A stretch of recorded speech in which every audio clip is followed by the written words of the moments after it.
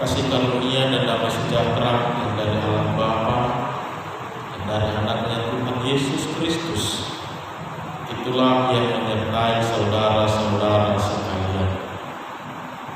Amin. Shalom. Mari kita buka firman Tuhan. Berita sukacita dalam ibadah kita pada malam hari ini tertulis dalam Amsal 15 ayat 1 sampai dengan ayat yang keempat. Beginilah firman Tuhan. Jawaban yang lemah lembut merendahkan kegeraman, tetapi perkataan yang pedas membangkitkan marah. Lidah orang bijak mengeluarkan pengetahuan, tapi mulut orang bebal mencurahkan kebodohan. Mata Tuhan ada di segala tempat, mengawasi orang jahat dan orang baik. Lidah lembut adalah pohon kehidupan, tetapi lidah curang melukai hati. Demikian pembacaan firman Tuhan. Saudara-saudara yang dikasihi Tuhan kita Yesus Kristus, ada sebuah ilustrasi di sebuah negara.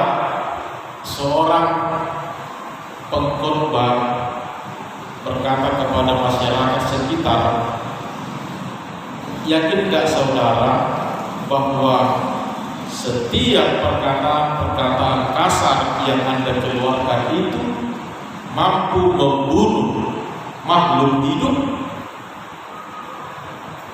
Dia mengingatkan orang-orang penduduk setempat karena sehari-harinya tidak pernah lepas dari ucapan-ucapan, perkataan-perkataan yang kasar. Jadi dia mau membuat suatu metode mengajarkan kepada mereka supaya mereka langsung bahwa perkataan yang kasar tersebut bisa mematikan, membunuh makhluk hidup. Maka dia mengatakan begitu. Percaya gak kalian? Kalau gak percaya mari kita buktikan, katanya. Dia berani. Kalau gak percaya ayo kita buktikan. Jadi tentu semua orang sepakat. Oke. Kalau tidak mati berarti Anda pembohong, katanya kepada pengkhotbah. Pengkhotbah ini kemudian membuat taruhannya juga. Oke, kalau seandainya karena perkataan Anda yang tidak baik itu membunuh makhluk itu, maka mulai detik itu juga Anda harus segera merubah cara Anda berbicara. Kemudian keduanya sepakat. Kemudian pengkhotbah ini atau penatua ini mengatakan, oke, beginilah kesepakatannya. Setiap pagi seluruh penduduk ini harus memaki pohon besar yang ada di pinggir jalan ini. Jadi mereka menunjuk satu pohon dan dengan kesepakatan setiap orang penduduk desa pagi dan sore hari lewat dari tempat itu harus memberikan kata-kata kotor, memaki dengan kata-kata yang tidak baik. Semuanya sepakat. Keesokan harinya orang bergiliran datang, mendatangi pohon tersebut, mengatakan dasar pohon tidak berguna, dasar pohon tidak ada gunanya, dan lain sebagainya. Kata-kata yang menyakitkan, kata-kata yang bisa membuat hati terluka, itulah yang mereka katakan kepada pohon tersebut. Setiap pagi dan sore mereka selalu mengatakan cacian, makian, kata-kata kasar, kata-kata yang tidak enak didengar, kata-kata yang bisa melukai hati seseorang. Memang seminggu, 2 minggu seperti belum terjadi apa-apa pada pohon tersebut, dia masih dengan kokoh dengan gagahnya berdiri, seperti tidak ada beban, tidak ada masalah dalam hidupnya. 2 bulan, 3 bulan mulai kelihatan pohon itu seperti tidak bertumbuh. Sampai ke bulan yang ke-10, pohon itu akhirnya perlahan-lahan layu menggugurkan daunnya, bahkan tidak lagi mengeluarkan daunnya. Pertanda bahwa pohon itu telah terluka, bahwa pohon itu telah mati, dibunuh oleh orang-orang penduduk desa tersebut, bukan dengan parang, bukan dengan alat, dengan senjata tajam, tapi hanya dengan perkataan kasar, perkataan bodoh tadi. Terbukti memang ternyata, dan ini adalah suatu kisah nyata, bahwa memang perkataan yang tidak baik itu, perkataan yang kasar itu secara tidak langsung mampu membunuh, mematikan seseorang di dalam kehidupan. Percayakah kalian? Gimana kira-kira? Percayakah? Kalau nggak percaya silakan dicoba, kan begitu.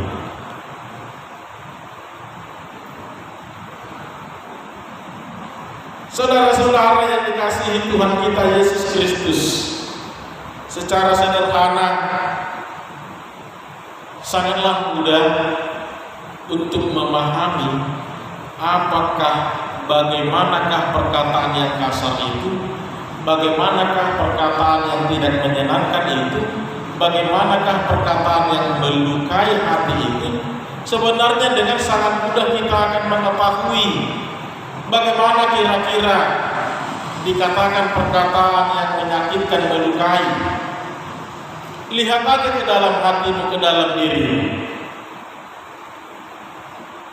Kalau ada orang, maaf kata, memaki engkau, bagaimana perasaanmu? Suka enggak? Maaf kata, jangankan memaki, mengatakan kata-kata yang tidak baik, hanya merendahkan kita saja, terkadang kita tersinggung, terkadang kita merasa ini tidak benar. Jangankan maaf kata sebuah cacian, hanya merendahkan, atau ya bisa kita katakan menyindir saja, itu sebenarnya sudah tidak pas di hati kita, kan begitu. Apalagi sampai kata-kata yang menyakitkan, yang menyayat hati kita, melukai hati kita. Ini secara perlahan akan mampu membunuh karakter kita di dalam kehidupan ini. Saudara-saudara, Raja Salomo mengajarkan kepada kita tentang perikop ini, bagaimana supaya setiap orang baiklah mengeluarkan perkataan, baiklah memberikan jawaban yang baik, jawaban yang menyenangkan, jawaban yang bisa memberikan kebaikan, bahkan menumbuhkan kembali semangat, menumbuhkan kembali harapan, menumbuhkan kembali sukacita di dalam kehidupan. Bukan perkataan yang menjatuhkan, bukan perkataan yang melemahkan, bukan perkataan yang bisa semakin membunuh, melukai perasaan seseorang. Raja Salomo melihat kecenderungan yang terjadi adalah banyak orang-orang yang tidak menyadari terkadang perkataan yang kita ucapkan itu adalah seperti pedang yang mampu menyayat, melukai hati seseorang.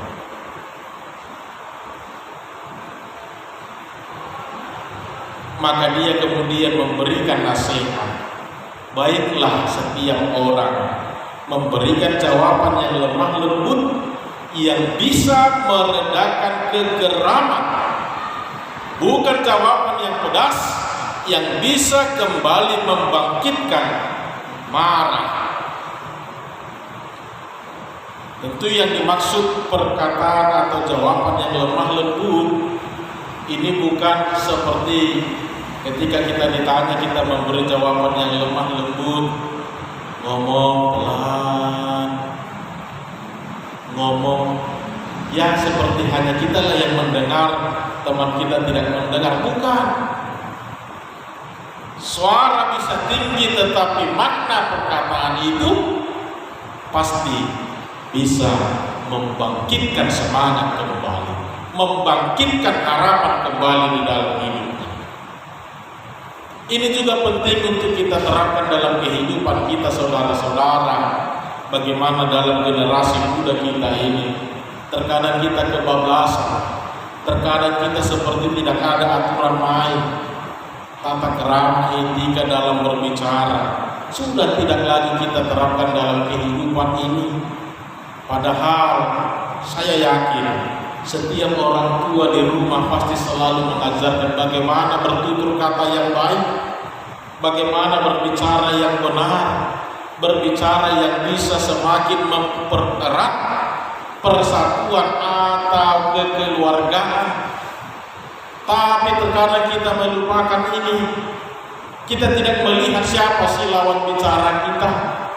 Kita tidak melihat dalam situasi bagaimana kita berbicara. Bahkan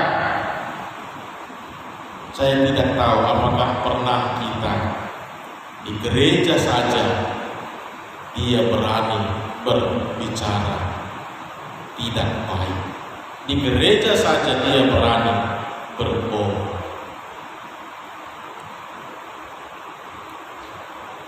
Kita lihat kembali tadi saudara-saudara, jawaban yang lemah lembut meredakan kegeraman, tetapi perkataan yang pedas membangkitkan marah. Lidah orang bijak mengeluarkan pengetahuan, tetapi mulut orang bebal mencurahkan kebodohan. Hati-hati dalam berkata-kata, hati-hati dalam mengatakan sesuatu. Bukan juga kita selalu membenarkan semua, tidak. Bukan juga kita menjadi menyalahkan semua, tidak. Tapi lihatlah, ketika sesuatu itu benar, maka katakanlah itu benar. Ketika sesuatu itu baik, maka katakanlah itu baik. Tapi ketika sesuatu itu tidak baik, katakanlah itu tidak baik. Dan begitu. Jadi satu hal yang mau kita lihat dalam hal ini, saudara-saudara, dalam dunia kehidupan saat ini, generasi muda ini harus selalu ditempa, dibentuk dari komitmen kita masing-masing. Kalau pengetahuan kita bisa cari dengan sendiri, tapi berbicara tentang lidah, berbicara tentang hati, berbicara tentang cara berpikir, ini seperti sebuah kebiasaan yang harus selalu kita ulang selalu terus-menerus untuk menghasilkan lidah yang baik, untuk menghasilkan hati yang baik, untuk menghasilkan pikiran yang baik. Tidak cukup hanya sekali pembelajarannya, ini harus selalu diulang-ulang. Bagaimana mulai berbicara dengan lemah lembut, bukan hanya sekedar intonasi suara yang pelan, bukan, tapi perkataan yang kita keluarkan itu adalah perkataan yang bisa meredam kegeraman, bisa meredam amarah, bisa semakin menumbuhkan semangat harapan bagi orang-orang di sekitar kita. Ini harus selalu kita biasakan. Ini harus selalu kita ulang. Bila perlu, kalau memang tidak perlu berbicara, supaya jangan menjadi batu sandungan, lebih baik kita tutup saja daripada kita berkata-kata tetapi tidak memiliki makna, bahkan bisa menyakiti hati teman kita. Dan begitu. Kalau memang tidak dibutuhkan, kalau memang kira-kira kurang mengerti, kurang memahami, supaya jangan menjadi menyakitkan saudara-saudara kita, lebih baik sudah diam saja. Kan begitu, makanya ada pepatah yang mengatakan diam itu tidak pernah dengar kan? Diam itu emas katanya. Jadi penulis kitab Amsal mau mengajarkan kepada kita generasi muda, saudara-saudara, mari kita lihat kembali sudah seberapa jauh kita mulai menempa, mulai belajar berkata-kata dengan baik, mulai memikirkan hal-hal yang baik, mulai merenungkan, merencanakan hal-hal yang baik. Karena apa yang ada di dalam hati kita, apa yang ada di dalam pikiran kita, semuanya itu akan kelihatan, akan dinyatakan dengan lidah kita sendiri. Jadi kalau misalnya di dalam juga sudah tidak benar, maka yang keluar juga pasti sudah tidak benar juga. Jadi sebagai generasi muda, mari kita bentuk sebuah komunitas, sebuah kelompok, sebuah persekutuan yang di dalamnya satu dengan yang lain hanya mengeluarkan perkataan-perkataan yang semakin menumbuhkan semangat, semakin menumbuhkan sukacita, hubungan yang lebih baik, hubungan yang lebih care dengan sesama. Jadi bukan hanya secara simbolis semata, tetapi memang benar-benar ada faedah dan manfaatnya. Jadi ini harus selalu kita latih, ini harus selalu kita ulang-ulang, ini harus selalu kita pergumulkan di dalam kehidupan ini. Penulis kitab Amsal ini, Raja Salomo ini melihat mengapa dia menasihatkan hal ini. Karena dia melihat begitu berbahayanya ketika dalam sebuah kelompok masyarakat, ketika dalam sebuah kelompok persekutuan itu, setiap orang seperti tidak memiliki aturan dalam berbicara, setiap orang seperti tidak memiliki tata krama pendidikan atau ajaran dalam berkata-kata, mengungkapkan sesuatu dengan sesuka hati, tidak peduli perasaan setemannya, tidak melihat bagaimana terlukanya hati temannya, tidak ada saling menjaga, tidak ada untuk saling menyemangati, membangkitkan semangat di dalam kehidupan. Sangat berbahaya ketika sebuah komunitas sudah berakhir dalam situasi yang seperti itu. Jadi penulis kitab Amsal mau mengatakan, jangan sampai kita jatuh kepada situasi itu. Maka dia mengingatkan hati-hati, apalagi bagi generasi muda, mulailah biasakan berkata dengan baik, berkata dengan benar, berpikir dengan baik, berpikir dengan benar. Mulailah saat ini dalam usia muda Anda untuk menjadikan diri Anda pribadi yang memang benar-benar memiliki integritas. Memang saat ini terkadang kita belum memahami apa kegunaan, apa fungsi, ataupun apa kebaikan dari hal-hal positif yang kita lakukan saat ini. Belum begitu mengerti kita, tetapi lihatlah nanti Kalau hal-hal itu sudah Anda mulai dari saat ini, lihatlah nanti Anda sendiri juga lah yang akan merasakan kebaikannya. Tapi ketika Anda tidak memulainya dari sekarang, maka Anda sendiri juga lah nanti yang akan dirugikan di dalamnya. Maka dari itu saudara-saudara, adik-adik kami, marilah kita mulai melatih kembali. Kita bangun komunitas ini adalah komunitas yang hidup dalam perkataan-perkataan yang baik, perkataan-perkataan yang saling menguatkan, saling menyemangati, saling meneduhkan, bukan yang membangkitkan amarah, bukan yang melukai, apalagi yang sampai membunuh teman kita sendiri. Tidak baik.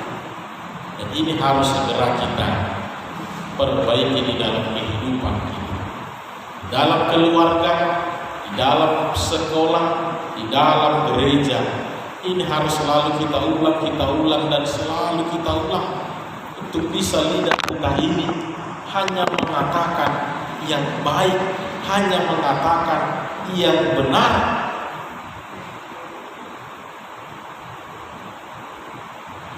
Semuanya harus kita ulang terus. Kebiasaan itu menjadi bagian dari hidup kita. Kebiasaan itu menjadi bagian dari kehidupan kita ini. Amin.